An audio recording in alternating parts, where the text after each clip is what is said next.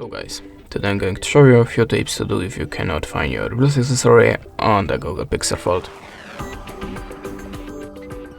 So when I have a problem with a headphones or another Bluetooth gadget, I'm always starting from the simplest way: just switch off and switch on again the Bluetooth connection to restart it. You can also try to restart your phone. It's obvious, I know, but sometimes it really works, so just try it.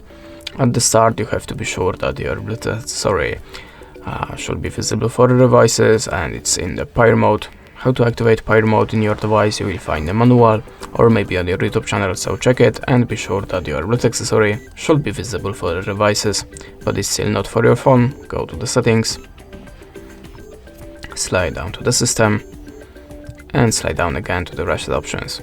Now there we have a network settings with Bluetooth included, so tap on the rest settings and tap on this button again. After that, look again for the device in the Bluetooth list. You can also try to update your system, so go to the system update. If you have any, just download it and install. And the last recommendation from me: check your Bluetooth accessory and your phone on other Bluetooth device to check which one is visible, which one is making problem here. That's it. Thanks for watching. Please like or comment and goodbye.